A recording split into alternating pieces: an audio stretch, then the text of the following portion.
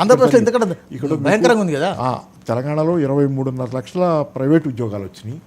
అలాగే ప్రభుత్వ రంగంలో ఉద్యోగాలు కూడా సాధ్యమైనంత చేశారు, కొన్ని వైఫల్యాలు ఉన్నా. కానీ ఆంధ్రప్రదేశ్లో చాలా వైఫల్యాలు ఎక్కువ పెద్ద ఎత్తున కనపడుతున్న నేపథ్యంలో మరి ఇదంతా అంటే మనకి గ్రౌండ్లో అసలు ఆంధ్రప్రదేశ్ అందరూ చాలా మంది గుడ్డిగా బ్లైండ్గా ఏం చెప్తున్నారంటే తెలంగాణలో సీఎం కేసీఆర్ గారు సీట్లు మార్చలేదు కాబట్టి ఓడిపోయారు అని. ఆయన వాస్తవానికి 10 మంది మారిస్తే తెలంగాణ నేను కూడా మొదటి నుంచి తెలంగాణలో ఎలక్షన్ రిజల్ట్ రాకముందు నేను ప్రైవేట్గా మాట్లాడినప్పుడు ఇట్లా కూడా టీవీ ఛానల్లో కూడా కొంత పరోక్షంగానో ప్రత్యక్షంగానో కాంగ్రెస్కి అవకాశాలు ఉన్నాయనేది అర్థమవుతుంది. ఇక్కడ ఏదో జరుగుతుంది, అది జరిగేది ఇది అనేది మనకు అర్థమైంది. కానీ ఆంధ్రప్రదేశ్లో అర్థమయ్యే స్థితి లేకపోవడం ఇప్పుడు చాలా గొప్ప విచిత్రమైనటువంటి విషయం ఏంటంటే ఆంధ్రప్రదేశ్లో ఏం అర్థం కావట్లేదు అసలు. మరి అది మీడియా ఆంధ్రప్రదేశ్లో కాన్సన్ట్రేటెడ్గా మీడియా ఉంది కదా, వాళ్ళ ఆంధ్రప్రదేశ్ వాళ్ళ తాలూకు మీడియా తెలంగాణలో ఉండొచ్చు కేంద్రంగా, కానీ పెద్ద ఎత్తున మీడియా ఉండటం వల్ల ఈ గందరగోళం వల్ల కావచ్చు, మీడియా తాలూకు కేకోఫోని అంటాం కదా, రణగణ ధ్వనుల వల్ల కావచ్చు, ఏదైనా కానీ అక్కడ ఏం జరుగుతుంది అనేది మాత్రం అర్థం కాని స్థితి గ్రౌండ్ లెవెల్లో ఏంటున్నది. అంటే నేనేమంటున్నా సార్ అంటే ఇంతమంది మార్చడానికి ఒక అడుగు వెనక్కి వేసిన నథింగ్ కేసీఆర్ భయపడ్డాడు, ఇంతమంది ఎమ్మెల్యేలు మారిస్తే వాళ్ళు ఇంకో పార్టీ పోతారు, సంక్షోభం వస్తాయని. కానీ మీరు 60 మందిని మారుస్తారు, 70 మందిని మారుస్తారంటే సంక్షోభం రాదా? పార్టీలో ఉంటారా? ఇప్పుడు ఎవరికైనా ఏ రాజకీయ నాయకుడు గ్రిప్ కష్టం. ఎందుకంటే రాజశేఖర రెడ్డి స్టేచర్ ఉన్న వ్యక్తి అయితే జగన్ కాలేకపోయాడు కాబట్టి ఆ గ్రిప్ అనేది కొంచెం కష్టం. పార్టీలో చీలికొస్తే అది చిన్నాభిన్నం అయిపోవటమే. అది అక్కడ అవకాశం పూర్తిగా తెలుగుదేశానికి ఫీల్డ్ వదిలేసినట్టు. అందుకనే షర్మిల ఎంట్రీ ఎంతో కొంత ఇప్పుడు బాలినేని శ్రీనివాసరెడ్డి, తర్వాత మన మంగళగిరి రామకృష్ణ రెడ్డి, మళ్ళీ కొన్ని పేర్లు వస్తున్నాయి. అంటే మామూలుగా ఎవరు షర్మిల ఎంటర్ అయ్యి జగన్ దగ్గర నుంచి ఎవరు వెళ్ళిపోయి అక్కడ చేరిన అసంతృప్తులు, దానివల్ల షర్మిలాకి ఉపయోగం ఉండదు, జగన్కి ఉపయోగం ఉండదు, ఇద్దరు నష్టపోతారు. కాంగ్రెస్ పార్టీ నష్టపోతుంది, షర్మిల నష్టపోయేది ఏమి ఉండకపోవచ్చు.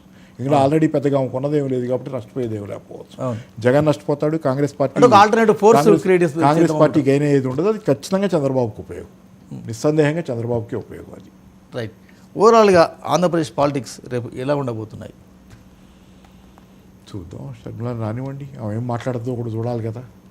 ఆమె మాట్లాడే మాటలు అంటే అవైతే ఖచ్చితంగా జగన్ను విమర్శించి తీరాలి. మరి కాంగ్రెస్ పార్టీ దింపినప్పుడు మరి ఈ మధ్యకాలంలో వచ్చిన వార్తల ప్రకారం ఆయనతో టచ్లో ఉన్నాడనే మాట వచ్చింది ఆ మధ్య. మరి ఆ రకంగా చూసుకుంటే జగన్ నేను షర్మిలని ఇద్దరిని కలిపి కూర్చోబెట్టి పొత్తు పెడితే కనుక అది ఇంకా అసలు జగన్ అంత సాహసం చేస్తారా? మోడీని కాదని, బీజేపీని కాదని అంత సాహసం చేయాలి. ఎలక్షన్ల దగ్గర ఉన్నప్పుడు ఇంకేం సాహసం ఏముంది చెప్పలేవు అవి. కాకపోతే ఏంటంటే జగన్ కూడా కాంగ్రెస్ హైకమాండ్తో టచ్లో ఉన్నారు, దాంతో వాళ్ళు కూడా బీజేపీ వాళ్ళు ఆగ్రహించారు ఈ మధ్య అనేది కొన్ని వార్తలు చలామణిలోకి వచ్చినాయి. ఉంటే ఉండొచ్చు, ఆశ్చర్యం ఏం లేదు జగన్ ఆయన టచ్లో ఉంటే. ఇప్పుడు రాజకీయ పార్టీల్లో కాకపోతే ఈ 3 రాష్ట్రాలలో బీజేపీ కాంగ్రెస్ ఓడిపోయిన తర్వాత ఎవరు వెనకాల మళ్ళీ బీజేపీకి వ్యతిరేకంగా పోకుండా సర్దేసుకుని ఉంటారు కాబట్టి ఇప్పుడు పరిస్థితి నేను చెప్పలేను. కానీ ఆ 3 రాష్ట్రాల ఎన్నికలకు ముందు మొత్తం 5 రాష్ట్రాలు, 3 రాష్ట్రాల్లో కాంగ్రెస్ ఓడిపోకముందు జగన్ బీజేపీ కాంగ్రెస్తో టచ్లోకి పోయాడు హైకమాండ్లో అనేది ఒక మాట వచ్చింది. కాబట్టి వీ డోంట్ నో. కాకపోతే ఏంటంటే బీజేపీకి సంబంధించినంత వరకు శక్తివంతమైన ప్రతిపక్షాలు బీజేపీకి లేవు, కానీ శక్తివంతమైన ప్రజా సమూహాలు బీజేపీకి కనుక. మీరు ఆంధ్రప్రదేశ్ చూసుకోండి పాపారావు గారు, చంద్రబాబు వచ్చినా రేపు జగన్ వచ్చినా ఎవరు వచ్చినా మళ్ళీ బీజేపీ సపోర్ట్ చేయాల్సింది కదా. ఇలాంటి సమాజ్వాదీ ఉంది ఉత్తరప్రదేశ్లో, చాలా చోట్ల చాలా ప్రాంతీయ మమతా బెనర్జీ, చాలా నితీష్, లాలు, చాలా ప్రాంతీయ పార్టీలు ఉన్నాయి. కాబట్టి అయితే గీతే బీజేపీకి వీచే ఎదురుగాలి ధరల పెరుగుదల వల్ల, నిరుద్యోగం వల్ల వాటిని ఫోకస్ చేసి కనుక ముందుకు తీసుకెళ్తే బీజేపీకి ఆ ఎదురుగాలి వీచి ఈ ప్రాంతీయ పక్షాలు కనుక మేజర్గా సీట్లు పొందగలిగితే ఆ యునైటెడ్ ఫ్రంట్ లాగా ఏదో అన్ని చిన్న పక్షాలన్నీ కలిసి ఒక ప్రత్యామ్నాయం ఫామ్ చేయడానికి ఒక వేదిక ఉంది ఇప్పటికీ. ఇక బోల ఎందుకంటే ప్రజల సమస్యలు అపరిష్కృతంగా, ప్రజల సమస్యలు పెరిగి ఉన్నాయి. నిరుద్యోగం తీవ్రంగా ఉంది, అలాగే ధరల పెరుగుదల భరించలేని స్థాయిలో ఉంది. అది ఇప్పుడు ఎలక్షన్లోపు వాళ్ళు పరిష్కారం చేయగలిగినవి కాదు. అలాగే ఆర్థిక సమస్యలు పెరుగుతున్నాయి. ఇన్ని కారణాల దృష్ట్యా ఏంటంటే కేవలం నాట్ బై బ్రెడ్ అలోన్ నిజమే, కానీ bread is also very very important.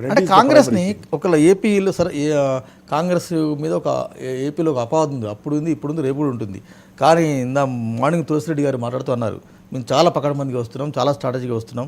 ఒక 6 బహిరంగ సభలు, 6 డిఫరెంట్ ప్లేసెస్, వైజాగ్లో ఒకటి, విజయవాడలో ఒకటి, తర్వాత తిరుపతిలో ఒకటి, తర్వాత కడపలో స్టీల్ ప్లాంట్ ఒక issue, Vizag steel plant issue. ఇప్పుడు ఇన్ని వాగ్దానాలు తెలంగాణలో చేసిన తర్వాత ఇక్కడ చేయకుండా అక్కడ పోయి చేస్తామంటే మళ్ళీ అక్కడ పక్కనే ఉన్నారు కదా. ఇప్పుడు ఇక్కడది కూడా అక్కడ పడుద్ది మీరు వేరే పొద్దున. కర్ణాటకದ పడ్డట్టే మనకి ఇక్కడ. అదే కర్ణాటక ఎఫెక్ట్ ఏపీ తెలంగాణ పడుతుంది, తెలంగాణ మీద ఎఫెక్ట్ కర్ణాటక ఇంకా పూర్తిగా పడలే. ఇక్కడ కర్ణాటకది అన్ఫోల్డ్ అయ్యే లోపు ఇక్కడ అయిపోయింది, ఇది పూర్తయింది. ఈ రెండు కలిసి అక్కడ పడతాయి మళ్ళీ. ఈ వాగ్దానాలు ఎంతవరకు నెరవేర్చారని అక్కడ చర్చే కదా రేపు పొద్దున అంతా. 3 నెలలు ఉంది కదా, ఈ 3 నెలల్లో ఈ వాగ్దానాలు తెలంగాణలో నెరవేరుతుంటే తెలంగాణ ప్రజలు సంతుష్టిగా ఉంటే ఈ వార్త అక్కడికి. ఇప్పుడు విశాఖ స్టీల్ ప్లాంట్ ఒక ఇష్యూ తీసుకుంటున్నారు అక్కడ. విజయవాడకు వస్తే విజయవాడ అమరావతి అంటే కాంగ్రెస్ వాగ్దానాలనే ప్రత్యేక హోదా నిజమే, కానీ అసలు ఎవరిని నమ్మటం మానేసిన జనాలు, రాజకీయ పార్టీలను చాలా వరకు నమ్మటం మానేస్తున్న జనాలు ఏదో అక్కడక్కడ తప్పితే, ఇప్పుడు తెలంగాణలో వాగ్దానాలు విఫలమవుతున్న వార్త ఎంతసేపు వ్యాపించాలి? కర్ణాటకలో భాష మనది, కానీ కర్ణాటక నుంచి వార్త ఈ వార్త అక్కడికి బాగటం ఎంత పని? తెలంగాణ మీద 2 నెలలు ఉంది కదండి. 2 నెలలైనా 10 రోజులు, ఒక రోజు చాలు, 24 గంటలు చాలు. ఈ పేపర్లు అక్కడ చదువుతారు, ఆ పేపర్లు ఇక్కడ చదువుతారు, ఇక్కడ వార్త అక్కడ తెలుసు, అక్కడ వార్త ఇక్కడ తెలుసు. మనం మాట్లాడుకుంటారా కర్ణాటక గురించి చర్చ పెట్టుకుంటున్నాం మనం ఇప్పుడు.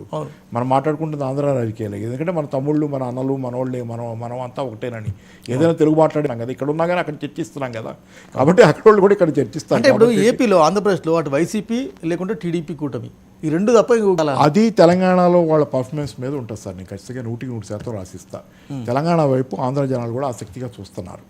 ఈ డిబేట్ ఆంధ్ర జనాలు చూస్తారు కదా, తెలంగాణకే పరిమితం కాదు ఈ డిబేట్, అందరూ చూస్తారు. తెలంగాణ గురించి మనం మాట్లాడి కూడా ఆంధ్ర జనాలు కూడా చూస్తారు. కాబట్టి ఈ చర్చ మొత్తం అక్కడ చూస్తారు. తెలంగాణలో కాంగ్రెస్ పార్టీ సక్సెస్ అయితే దానికంటే ప్రాక్టికల్గా వాళ్ళకి వేరే అక్కర్లే. ఈ మాటలు 1000 మాటలు నమ్మరు, మీరు ఒక్క పని చేసి చూపిస్తే నమ్ముతారు.